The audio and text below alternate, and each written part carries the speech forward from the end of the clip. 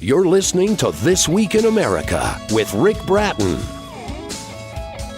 Welcome back, everybody. Coast to Coast, This Week in America, online, thisweekinamerica.us. From author Alphonso W. Knight Sr., Historically Black Colleges and Universities, What You Should Know.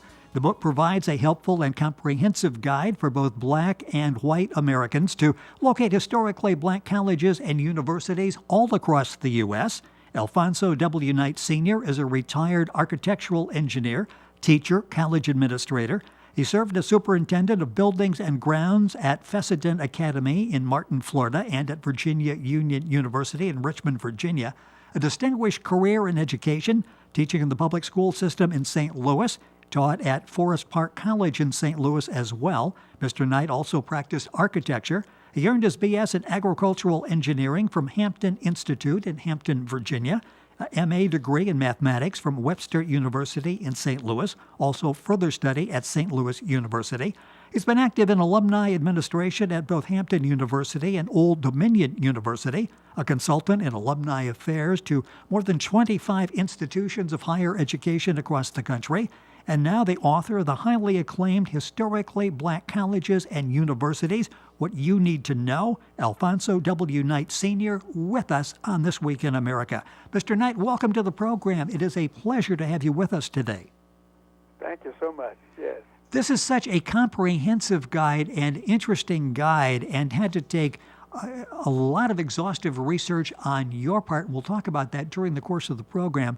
First of all, let's talk about the purpose of the book. Why did you feel this book was important, especially at this time?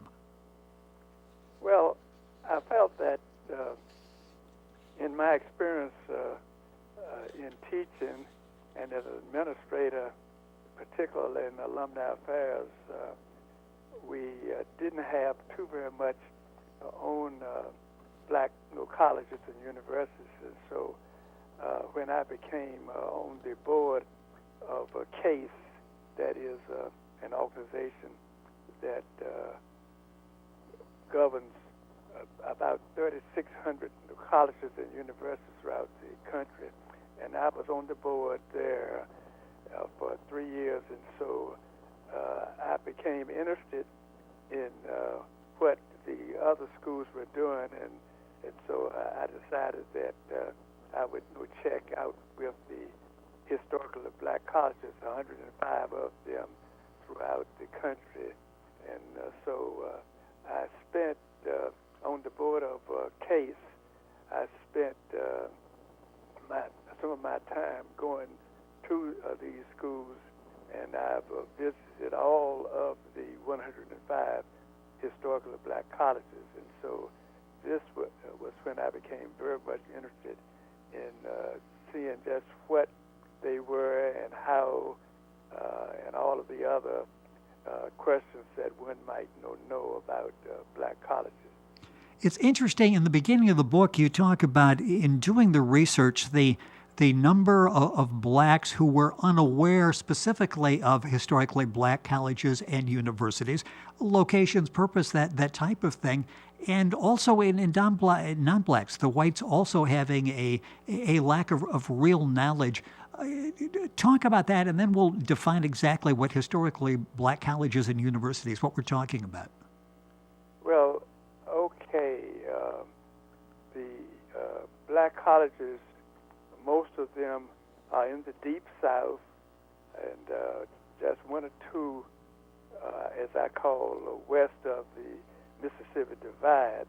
And we know that most of these students who have attended these black colleges come under information obtained from high schools counselors. And so I felt that maybe what we needed to do was to try to get as many high school counselors that we could find, and let them have the information that my book contains, and so they would be able to contact college-bound students from high school to give them a knowledge of what the black schools would offer. And so this was the reason why I decided to make a visit to all of those 105 black colleges to get as much information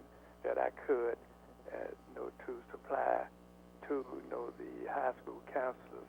I might just add that there is roughly 138,000 high schools throughout the country, and when you compare them with the black colleges, which ranks, well, not ranked, but however, they only have, we have only 105 of them.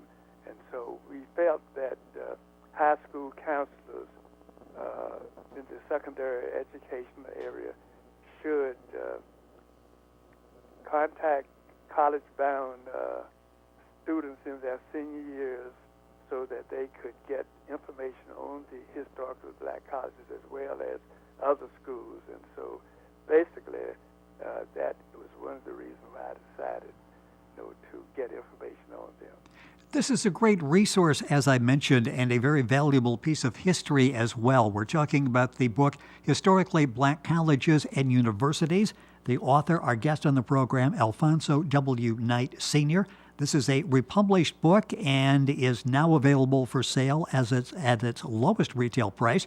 You can get the book at all the Amazon sites, at Barnes & Noble, at Page Turner Bookstore, Chapters Indigo in Canada, Waterstones in the UK, Booktopia in Australia, and a lot more. Also for sale as an ebook, paperback, and hardcover. The book is basically available wherever books are sold, and you can link on directly to our website, thisweekinamerica.us, and get information there and a direct link to information on the book as well. In talking about the importance, I mentioned your background. Let's talk about Hampton University, and which I understand in the book as I'm reading that was founded. This is amazing how long some of these schools have been here, since 1868. Talk about Hampton when you went there and what opportunities were available to you there that might not have been available to you at other schools. Yes, as a matter of fact, Hampton Institute, as we called it when I was in school there, and later took the name of Hampton University. And so at that particular time when I was in school there, we had a very, very large, what should I call it, socials. Well, actually, the curriculum was in agriculture and in trades and industries. Okay. And so when I went to school there, naturally I went into the architectural engineering program. But anyway, Hampton, you perhaps have heard of Booker T. Washington. Yes. Booker T. Washington was an educator, and he graduated from Hampton. And so then became president of Tuskegee University, which is another one of the historically black schools. And so we had farming, we had engineering, we had agriculture facilities and all of that. And so that is just a sample of what the school has done since I graduated, and it is one of the three touted black universities among the 105 historically black colleges. And while you were a student there, I understand you were an excellent basketball player and at one point a champion pole vaulter. Am I reading that correctly in the book? Yes, you're right. And so during that time of my pole vaulting experience, I won the conference championship at that time of 12 feet. And the world's record at that time was 14 feet, 3 inches, held by Reverend Richards as such. And so I was very, very proud of the fact that I was able to get that high, over the bar. And of course, in basketball, I played against Earl Lloyd. You perhaps might know a little bit about him. Oh, heard the name. Yes, yes. The first black, to enter into the Professional Basketball Association, and he played basketball during the same time at West Virginia State, and we became very, very good friends. And of course, he passed last year, but we would always get together, and we would reminisce and go over quite a few things, and so he was really a great guy. Because he has a statue at his alma mater now. His alma mater now is predominantly white now, but however, he has a statue on the campus there. And so this is a little bit about him. Now in basketball, I have in the Hampton University Museum shoes that I played, in. Yes. When I was in college, and so they are now in bronze in the Hampton University Museum, and the museum's supposed to be one of the best black college museums in the country. You mentioned something interesting there, that some of the historically black colleges and universities now have non-black majorities. Talk about that, how times have changed, and the importance of these schools, the historically black colleges and universities, in 2018. Yes. Well, let me see. Cheney State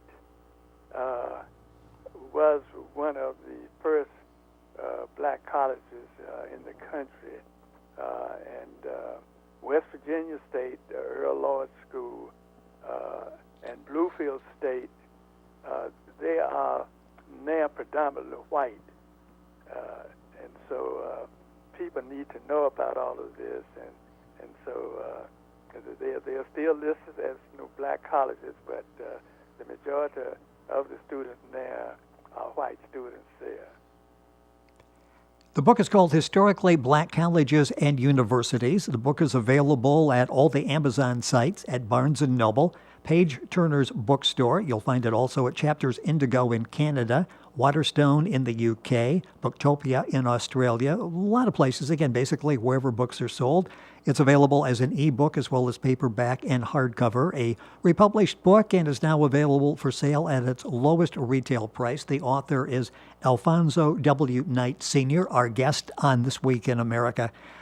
Let's talk about the financial position of some of these, because I know some that are not state-supported or are struggling, and you were involved as superintendent with grounds and facilities for several of these schools.